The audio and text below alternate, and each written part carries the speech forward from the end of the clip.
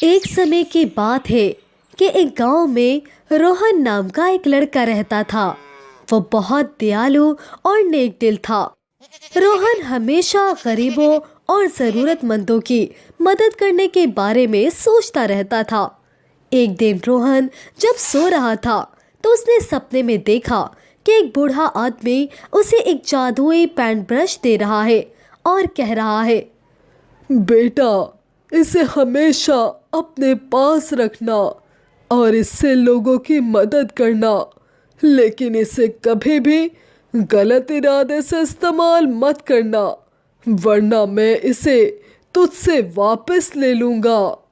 ये सब देखकर रोहन की नींद खुल गई और जब रोहन ने उठकर देखा तो वो जादुई पेंट ब्रश उसके बिस्तर पर ही पड़ा हुआ था। वो बहुत हैरान हुआ। रोहन उस जादुई पेंट ब्रश को आजमाने के लिए बाहर निकल गया।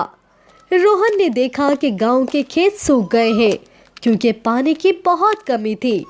उसने सोचा कि क्यों ना मैं एक नदी बना दूं जिससे खेतों की समस्या हल हो जाए।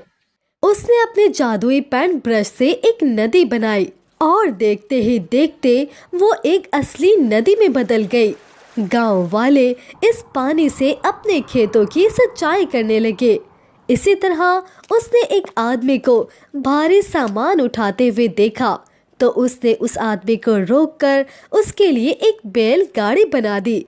जैसे ही रोहन ने बैलगाड़ी बनाई तो वो बैलगाड़ी जीवित हो गई और वो आदमी उस बैलगाड़ी को लेकर चला गया। रोहन इसी तरह लोगों की मदद करता रहा।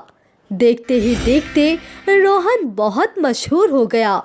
जब गांव के मुखिया को रोहन के बारे में पता चला तो मुखिया लालची हो गया। उसने सोचा, क्यों ना मैं ये जादुई पेंट ब्रश ले लूं और इससे अपने लिए बहुत सारा खजाना बना लूं। फिर मुखिया ने अपने एक नौकर को रोहन को पकड़कर लाने के लिए कहा।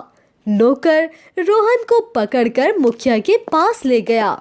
मुखिया ने रोहन को कैद कर दिया और खुद उस जादुई पेंट ब्रश से अपने लिए सोना, गाड़ी और बड़ा घर बनाना शुरू कर दिया।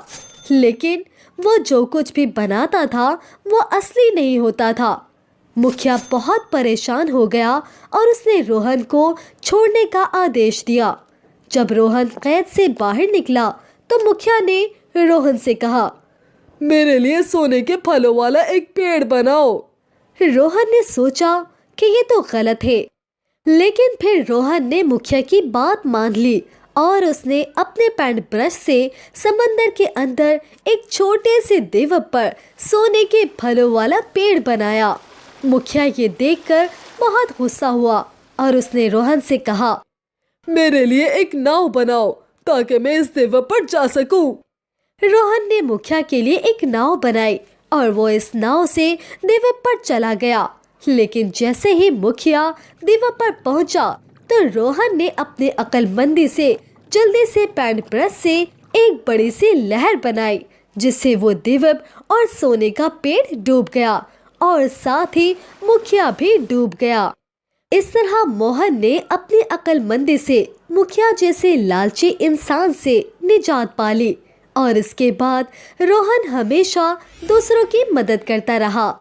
दोस्तों, इस कहानी से हमें सीख मिलती है कि दयालु होना और दूसरों की मदद करना बहुत जरूरी है, लेकिन लालच बहुत बुरा होता है और हमें कभी भी अपने फायदे के लिए किसी और का नुकसान नहीं करना चाहिए। तो दोस्तों, आपको हमारी ये कहानी कैसी लगी? अगर पसंद आए है तो वीडियो को लाइक और शेयर कर दीजिए।